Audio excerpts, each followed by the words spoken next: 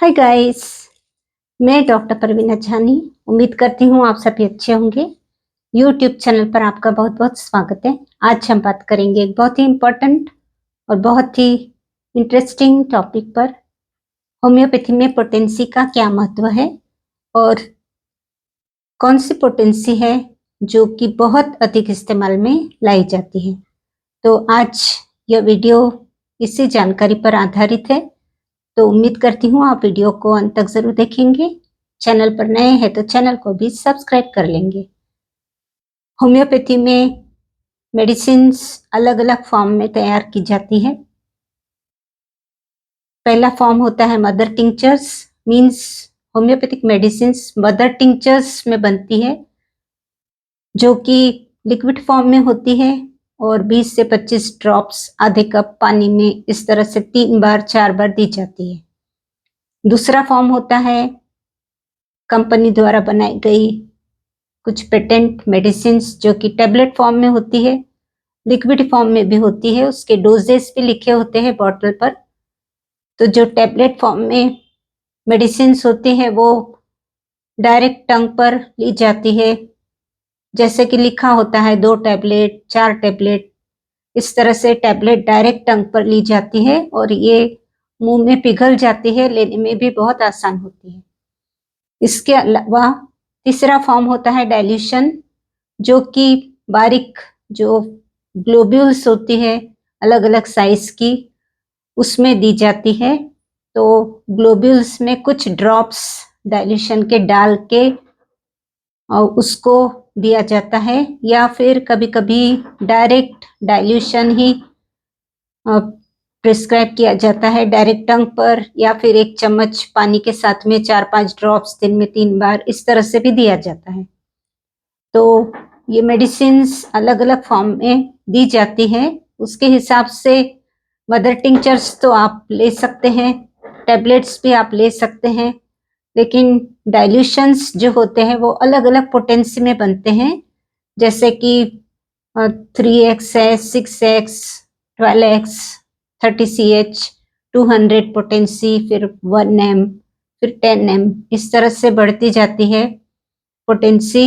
और ये अलग अलग पोटेंसी में मेडिसिन्स बनती है और अलग अलग जो बीमारियां होती है, अलग अलग पेशेंट के जो प्रॉब्लम्स होते हैं उसके अनुसार ये टैबलेट्स अलग अलग पोटेंसी में दी जाती है, ये डाइल्यूशन दिए जाते हैं।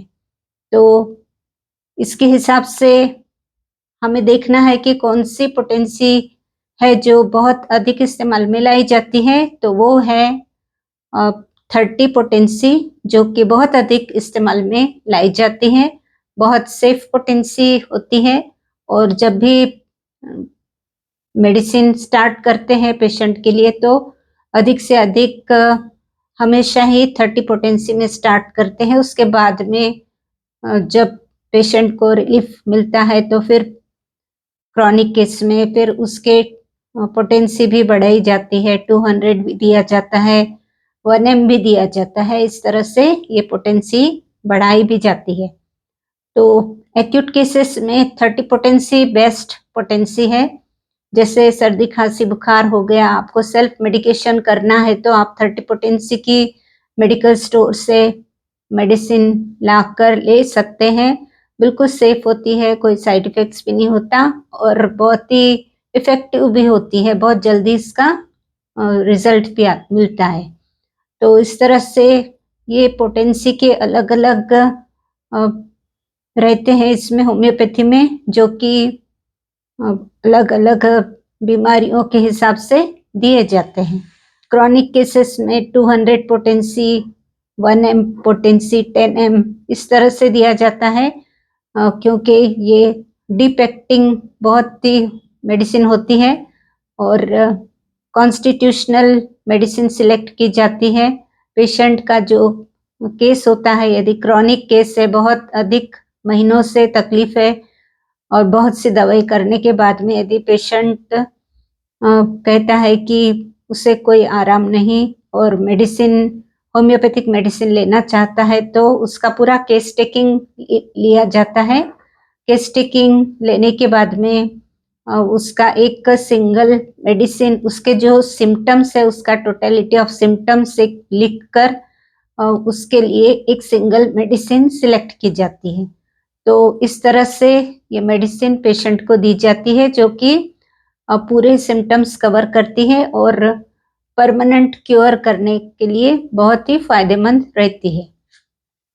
तो ये क्रॉनिक केस में थोड़ा लंबे समय तक मेडिसिन लेना पड़ता है। एक्यूट केस में तो आप 3-4 दिन, 7 दिन, 15 दिन इस तरह से मेडिसिन लेकर छोड़ सकते हैं। तो जैसे जैसे क्रॉनिक केस होता है वैसे वैसे मेडिसिन का लेने का जो समय है वो भी अधिक रहता है। तो ये जानकारी होम्योपैथिक मेडिसिन के बारे में मैंने आपको दी। तो उम्मीद करती हूँ कि जानकारी आपको अच्छी लगी होंगी। होम्योपैथी में पेशेंट के जो भी सिम्टम्स है उसको पूरा नोट डाउन किया जाता है, उसके मेंटल सिम्टम्स, उसके फिजिकल सिम्टम्स और उसके फैमिली हिस्ट्री भी ली जाती है। कभी कभी पूरा टोटलिटी ऑफ सिम्टम्स और पर्सनैलिटी देखकर एक सिंगल मेडिसिन का सिलेक्शन किया जाता है। तो इस तरह से ट्रीटमेंट होती है। कभी मदर टिंचर्स की ज़रूरत पड़ती है, कभी कुछ पेटेंट मेडिसिन भी दी जाती है, कभी कभी मदर टिंचर्स के साथ में कुछ डाइल्यूशंस भी दिए जाते हैं। इस तरह से ट्रीटमेंट होती है और पेशेंट का इलाज होता है। तो होम्योपैथी बहुत ही बेस्ट है, कोई साइड इफ़ेक्ट्स भी नहीं है और बहुत परमानेंट क्योर के लिए, क्रॉनिक केसेस के लिए बहुत लाभदायक है। तो उम्मीद करती हूँ आप वीडियो को शेयर करेंगे, लाइक करेंगे और चैनल पर नए हैं तो चैनल को भी सब्सक्राइब कर लेंगे।